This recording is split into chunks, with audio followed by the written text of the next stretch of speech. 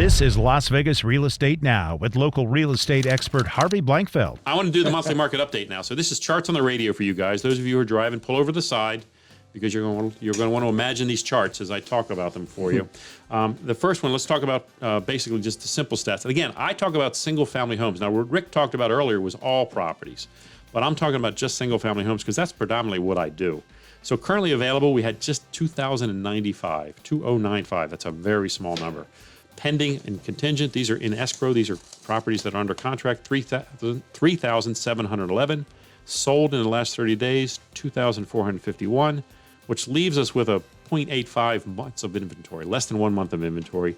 Average days on market is 28. Last month, we had over 2,400 homes available. We had 3,100 in escrow. We had closed 2,800. And we had about the same amount of inventory, again, 25 days. Last year, 2,600 available, 4,275 in escrow, and 2,800 sold. So again, what Rick said, similar numbers sold, very similar. We had slightly higher days on market at that time as well. But that's going back to last year. Now, for my other charts, the stack chart, you can see, if you look at the stack chart, you can see that January is just the first block in the year. Last year was a record year for volume on single-family home closings. And this year in January, we're just slightly behind that number. In terms of the next one is a line graph showing that we have 0.9 months of inventory, and it's at one of its lowest points it's ever been, and it seems to stay down there right now.